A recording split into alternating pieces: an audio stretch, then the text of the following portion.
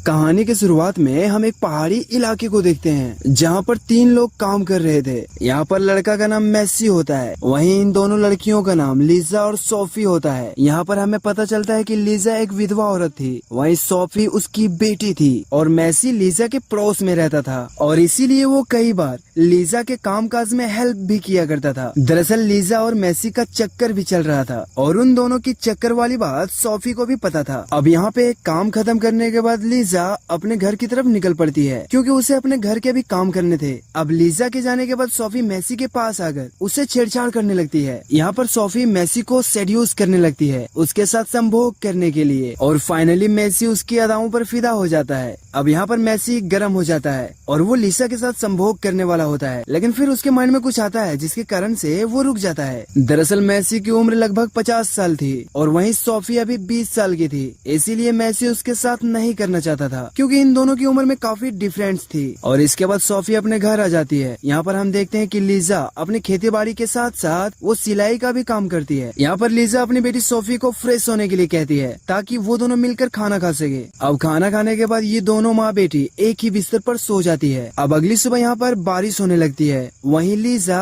अपने घर में बैठकर सिलाई कर रही होती है और वहीं बगल में सोफी बैठी होती है। अब काम करते करते लीजा सोफी से कहती है कि ऐसा मौसम में प्यार करने का अलग ही मजा है। अब लीजा की बातें सुनकर सोफी कुछ बहाना करके मेसी के घर आ जाती है। यहाँ पर मेसी उससे कहता है कि तुम यहाँ क्या कर रही हो, जिस पर सोफी उससे कहती है कि दरअसल मैं बाथरूम के बहाने से यहाँ आई हूँ। अब उसकी ये बातें सुनकर मेसी उसे वापस घर जाने के लिए कहता है। दरअसल सोफी मेसी से अपना ढोल बजवाना चाह रही थी, लेकिन यहाँ पर मेसी उसे इग्नोर करता है। अब ये देखकर सोफी चुपचाप वहाँ से निकल जाती है। अब अगले दिन हम इन तीनों को फिर से खेत में काम करते हुए देखते हैं। यहाँ पर सोफी को काम करने में बिल्कुल भी मन नहीं लग रहा था। अब उसे उदास देखकर लीजा उसके पास आती है और उससे पूछती है कि क्या हुआ, तुम उदास क्यों हो। यहाँ पर वो झूठ मूठ में कहती है कि उसका काम करने में आज मन नहीं लग रहा है। अब ये सुनकर लीजा उसे आराम करने के लिए कहती है। अब कुछ देर के बाद हम देखते हैं कि सोफी अपने घर में घास को सजा रही थी और मेसी उसका हेल्प कर रहा था। यहाँ पर सोफी जानबूझकर मेसी को अपने टांगे दिखाती है, जिसे देखने के बाद मेसी का भी मन बहकने लगता है। वहीं दूसरी तरफ लीजा अपने घर के कामकाज कर रही होती है। वहीं दूसरी तरफ मेसी अब पूरा गर्म हो चुका था और वो सोफी को किस कर रहा होता है। अब इससे पहले कि मेसी उसके साथ अपना गेम खेलता, वो एक बार फिर से रुक जाता है और वो यहाँ से जाने लगता है। अब सोफी भी भागते हुए उसके पीछे पीछे आने लगती है और यहाँ पर हमें पता चलता है कि सोफी मेसी से शादी करना चाहती है, लेकिन मेसी किसी से भी शादी नहीं करना चाहता था। इसके बाद सोफी एक घर में जाती है और ये घर एक नोवा नाम के लड़के का था। यहाँ पर सोफी नोवा के माँ के पास आई थी ताकि वो अपनी माँ लीजा के सिले हुए कपड़े को बेच सके। दरअसल सोफी की माँ लीजा जो भी डिजाइन तैयार करती थी वो सोफी लाकर नोवा के माँ के पास बेचा करती थी। नोवा का पूरा ध्यान सोफी की तरफ ही रहता था, लेकिन सोफी उसकी तरफ देखती तक नहीं थी। इसके बाद सोफी यहाँ से अपना सामान बेचकर चली जाती है। अब अगले दिन ये तीनों फिर से अपने खेत में काम कर रहे होते हैं। यहाँ पर लीजा अपना काम खत्म करके अपने घर के लिए निकल जाती है। अब उसके जाते ही सोफी फिर से मेसी को सेड्यूस करने लगती है और इस बार मेसी नहीं रुकता। वो यहाँ पर अपना कंट्रोल खो देता है और फाइनली वो उसके साथ संभोग करता है। अब संभोग करने के बाद इन दोनों का अफेयर शुरू हो गया था और अब मेसी को जब भी मौका मिलता था वो सोफी का ढोल बजाने लगता था और मेसी जब भी उससे कहता सोफी तैयार हो जाती, मानो कि जैसे मेसी का लॉटरी लग गया हो, क्योंकि अब मेसी उन दोनों माँ बेटी के साथ संभोग किया करता था। अब एक दिन हम देखते हैं जहाँ लीजा के घर एक नॉर्मन नाम का आदमी आता है जो दिखने में बुढ़ा होता है और उसकी उम्र तकरीबन 60 साल की थी। दरअसल नॉर्मन की वाइफ कई साल पहले मर चुकी थी, इसीलिए अब वो लीजा से शादी करना चाहता था और शादी के प्रस्ताव लेकर वो लीजा के पास आया था। यहाँ पर लीजा उससे सोचने का थोड़ा टाइम मांगती है और इसके बाद नॉर्मन यहाँ से चला जाता है। अब धीरे धीरे यहाँ दिन बीतने लगते हैं। वहीं सोफी अब पूरा दिन सिर्फ मेसी के साथ ही गुजारा करती थी। वहीं लीजा को मेसी और सोफी का अफेयर के बारे में कुछ भी पता नहीं था। यहाँ पर लीजा सपने में भी नहीं सोची थी कि उसके पीठ पीछे उसकी बेटी का मेसी बजा रहा है। अब एक महीने के बाद नॉर्मन फिर से लीजा के पास आता है उससे उसका जवाब सुनने के लिए। यहाँ पर लीजा उसे साफ साफ कह देती है कि हमारी उम्र में काफी फर्क है और इसीलिए मैं आपसे शादी नहीं कर सकती। अब लीजा के मना करने के बाद यहाँ पर नॉर्मन थोड़ा उदास हो जाता है, लेकिन लीजा अब कुछ नहीं कर सकती थी और इसीलिए नॉर्मन यहीं से वापस चला जाता है। अब अगली सुबह माँ बेटी मेसी को बुलाने के लिए उसके घर जाती है ताकि वो उसके काम काम में हेल्प करे। यहाँ पर इन लोगों को मैसी नहीं मिलता क्योंकि वो अपने घर में नहीं होता। दरअसल वो इन लोगों को बिना बताए कहीं चला गया होता है, जिसके कारण यहाँ पर दोनों माँ बेटी उदास हो जाती है। यहाँ पर इन दोनों को लगता है कि मैसी कोई काम से बाहर गया होगा और बहुत ही जल्द वो वापस आ जाएगा। लेकिन धीरे धीरे कई दिन बीत जाते हैं, लेकिन मैसी अभी तक नहीं आया था।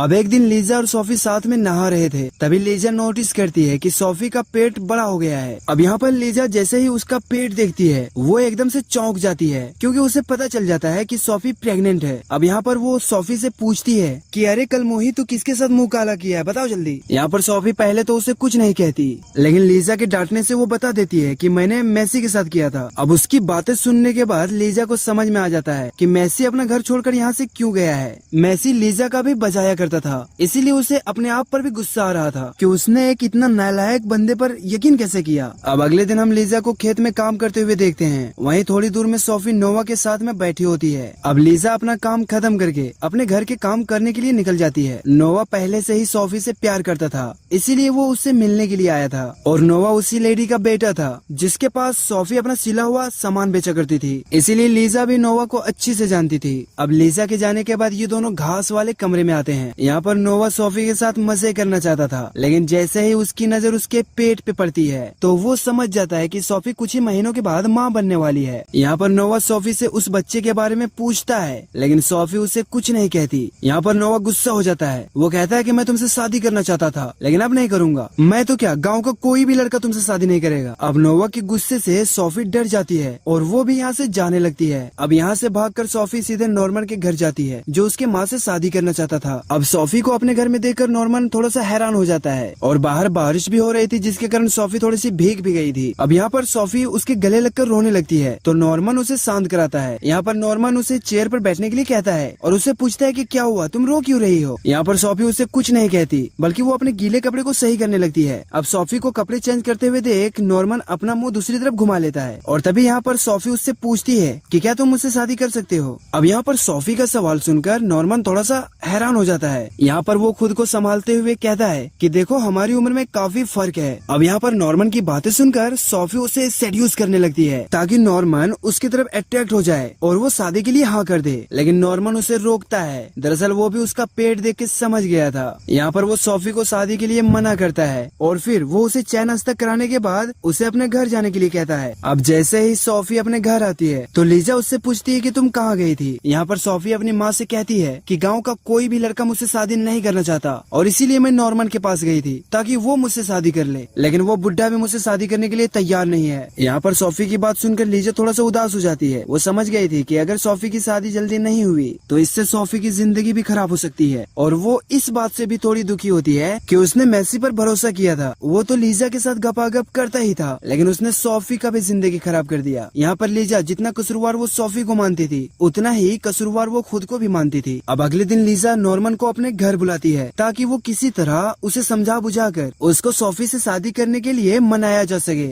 यहाँ पे पहले तो नॉर्मन उसकी बात नहीं मानता, लेकिन लीजा के बार बार रिक्वेस्ट करने के बाद फाइनली वो उसकी बात मान जाता है। अब कुछ दिनों के बाद हम देखते हैं जहाँ पर सोफी और नॉर्मन की शादी हो रही थी। यहाँ पर लीजा सोफी की शादी से बहुत खुश थी। अब शादी होने के बाद वो उन दोनों को घर तक छोड़ने के लिए भी आती है। अब रात होने के बाद पता नहीं कैसे लेकिन नॉर्मन जवान हो जाता है और वो यहाँ पर सोफी का बैंड बाजा बारात वो उसका सब कुछ बजा देता है। अब काम पूरा होने के बाद सोफी सोने की तैयारी करने लगती है। यहाँ पर नॉर्मन उससे कहता है कि वो उसका और उसके होने वाले बच्चे का पूरा ध्यान रखेगा। अब यहाँ दिन बीतने लगते हैं और देखते ही देखते ये दोनों हंसी खुशी अपनी जिंदगी गुजारने लगते हैं। भले ही इन दोनों की उम्र में काफी फर्क था, लेकिन नॉर्मन सोफी को खुश करने में कोई कसर नहीं छोड़ता था। अब कुछ महीनों के बाद देखते हैं जहाँ पर सोफी एक बच्चे को जन्म देती है। वहीं नॉर्मन सोफी का पूरा ध्यान रखता था। यहाँ पर नॉर्मन उस बच्चे को बाप का प्यार भी देता है। अब नॉर्मन के इस बिहेवियर से सोफी बहुत खुश होती है। दरअसल सोफी को नॉर्मन से इतनी उम्मीद नहीं थी कि वो उसके बच्चे से इतना प्यार करेगा और यहाँ पर नॉर्मन बच्चे के साथ जैसे बिहेव कर रहा था उससे वो सोफी का दिल जीत लेता है। वहीं दूसरी तरफ लीजा को भी पता चल जाता है कि नॉर्मन सोफी और उसके बच्चे का पूरा ध्यान रखता है। अब कहानी के लास्ट में हम देखते हैं कि लीजा अपने घर में होती है और वो यहाँ पर सुसाइड करने का डिसाइड करती है। दरअसल उसकी एक गलती से सोफी का जिंदगी खराब होते होते बची। अगर नॉर्मन शादी के लिए नहीं मानता तो सोफी की जिंदगी बर्बाद हो गई रहती। यहाँ पर लीजा को इस बात का पछतावा था कि उसने मैसी जैसे धोखेबाज पर यकीन किया। और अब सोफी की खुशहाल भरी जिंदगी चल रही थी और इसीलिए लीजा मुफ्त हो जाती है। वो अपने घर के साथ साथ वो खुद को भी जला देती है और इसी के साथ ये कहानी है फिर खत्म हो जाती है। गाइस वीडियो अगर अच्छी लगी हो तो वीडियो को लाइक करके चैनल को सब्सक्राइब जरूर कर लेना।